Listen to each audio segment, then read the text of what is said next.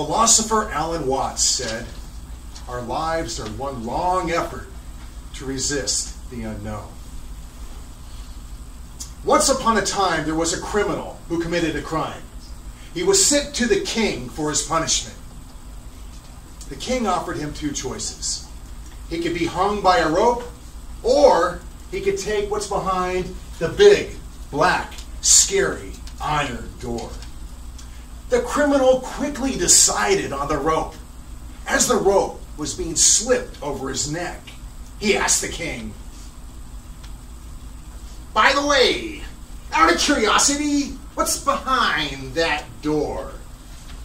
The king began to laugh. "You know, it's kind of funny, because I offer everyone the same choice, and nearly everyone takes the rope." The criminal continued, "Come on, king. I'm not going to tell anyone. I'm going to die. What's behind that door?" The king looked at him and said, "Freedom." But most people are so afraid of the unknown that they immediately take the rope.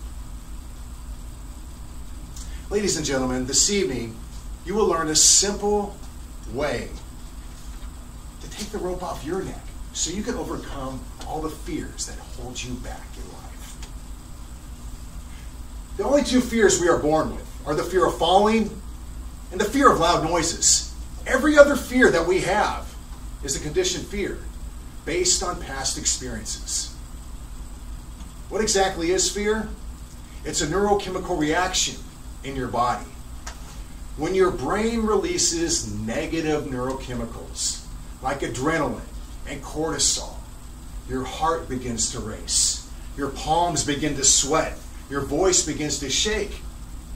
It's your body's reaction to fear, anger, stress, and anxiety. That is called the fight or flight response. Now, on the other hand, when your brain releases the positive neurochemicals like GABA, serotonin, dopamine, oxytocin, your anger decreases, your anxiety decreases, your mind stops racing, and you feel more calm, more capable, and more confident. In order to get rid of your fears, you must rewire what your brain associates fear with. Caden Gunther Politiski. He's the youngest of my three sons. He's 5 years old. A couple Christmases ago, I bought his older brother Christian a pet tarantula. Sure enough, one day, he asked Christian if he could hold it. Christian says yes. He puts the tarantula into his hands. He likes the way it feels. He thinks it looks like a strange-looking animal, but all the spiders in his picture books look so fun and friendly that he'll believe that about this spider as well. Caden grows to love the pet, and he enjoys taking Mr. Snickerdoodles out of his tank and playing with him. Now, do you think Caden will grow up to be afraid of spiders? No. Why? Because his past experiences of spiders have all been positive. Therefore, when he sees a spider, any spider, his subconscious mind will not see it as a threat. My wife's name is Tanya, and this is a story when she was 5 years old. Tanya was your typical little girl that loved to follow her mom around the house wherever she went.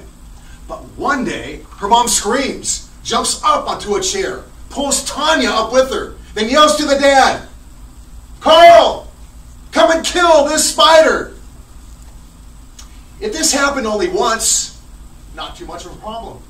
But the same situation happens over and over again.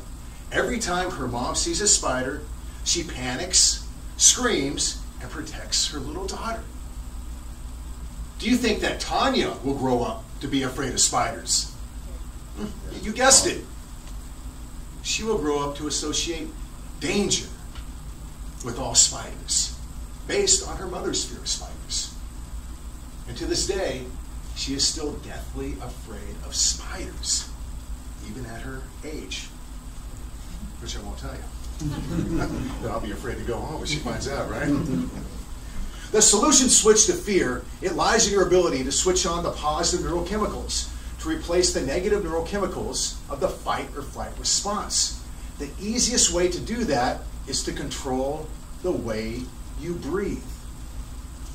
Your brain has learned to associate fast, quick breathing with danger and slow, rhythmic breathing with safety.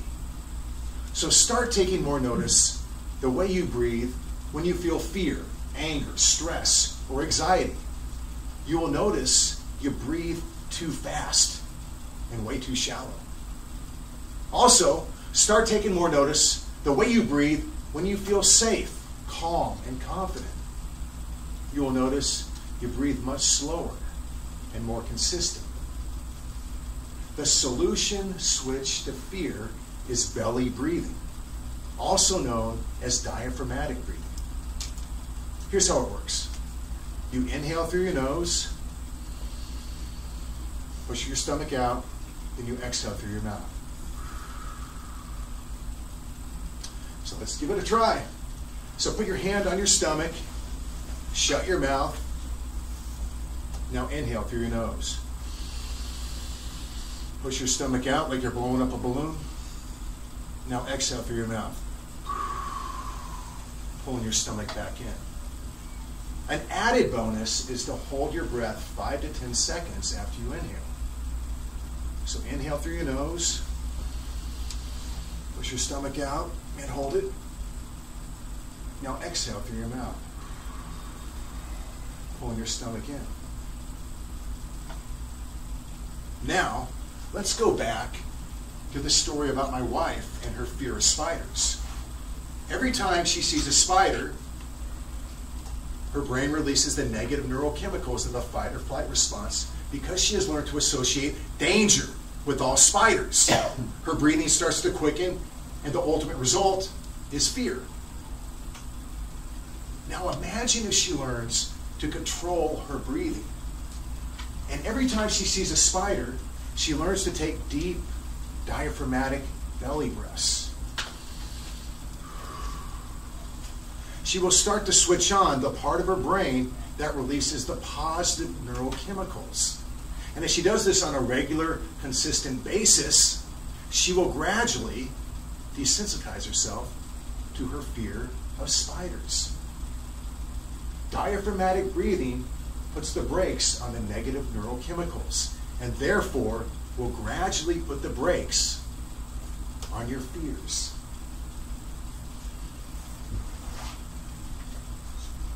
We live in a world full of awesome and amazing people. But most of those people are walking around with imaginary ropes around their necks. If you want to truly overcome the fears that hold you back in life, you must do two things. Number one, you must face your fears.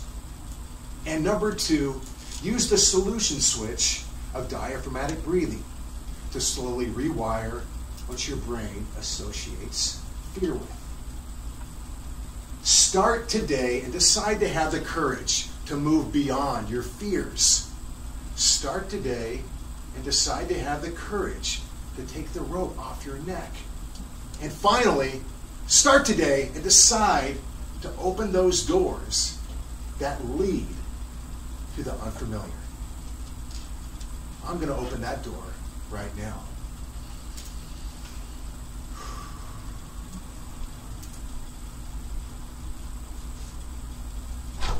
Ah! Maybe not now. Madam Toastmaster.